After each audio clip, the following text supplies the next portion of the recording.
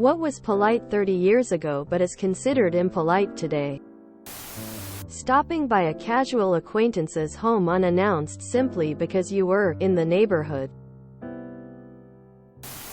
No immediate communication for a few days due to lack of widespread cell phone use and instant messaging. It was normal to just go a couple of weeks without hearing back from a friend, or even a few days without talking with a close friend or family member. If someone didn't answer the phone, the assumption was that they simply weren't home and would get back to you within the next couple of days. Not that something was wrong.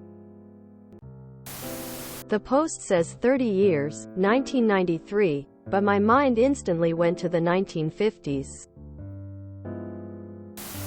Using an ellipsis. Somehow it's gone from being a signifier of an unfinished sentence to a passive-aggressive attack on the recipient of the email or TXT message.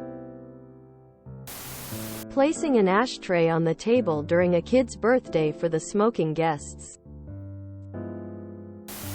In Spain, a guy giving 2 kisses to a girl, woman you do not know. In a close personal, social situation it's still okay. But in a more formal setting, especially professional, it's, rightly, considered a bit too intrusive and unpolite. Used to be the norm though. Giving a kid candy, without asking that kid's parents. Phone manners used to be a thing. Literally, an etiquette that society used. With a certain cadence. I'm 40. And remember it being a thing. When I call my 76 yo buddy, I notice he adheres to it. I do my best to keep up my side of the interaction. Maybe more like 40 years ago. But a quick peck on the lips. Richard Dawson was king of this. Watching the Game Show Network and old Match Game episodes, he was always kissing the ladies. He did it later when hosting Family Feud too. Weird. You could still pretty much assume the role of a parent to random kids you saw out in public acting crazy. Not impolite at all to tell some kid to pick up something they threw on the ground or to ride their bike in the proper place, address adults properly, etc. Nowadays I think it's less common to see small kids out and about on their own at all, and in any case if you did correct a child, their millennial parents would definitely freak out. Reminder that 30 years ago means the early 90s.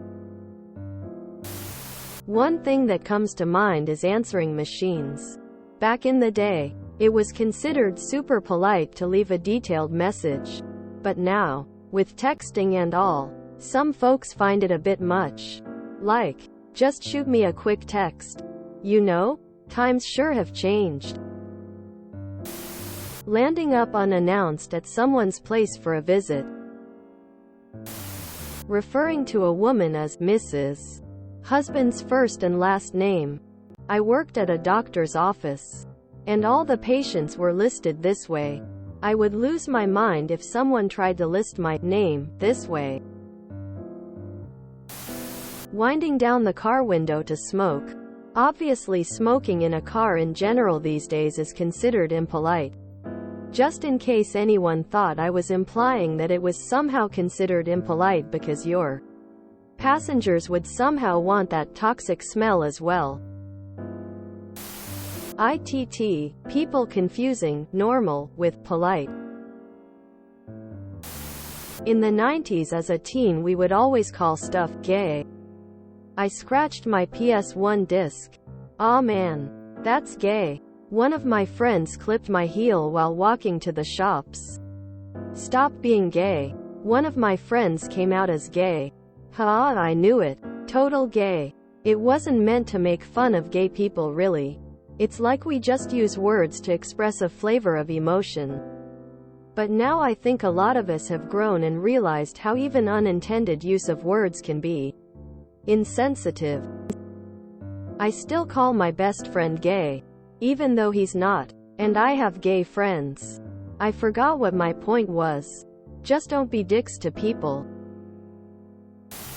Calling instead of texting. Generational obviously. But nearly everyone I know my own age. 30. Groans as soon as the phone rings. But would happily text or meet in person. This whole post reads like upside down world. Commenting on people's weight. If you enjoyed this video, please check out our playlists full of similar content. Epic Ericast is like doom scrolling for your ears.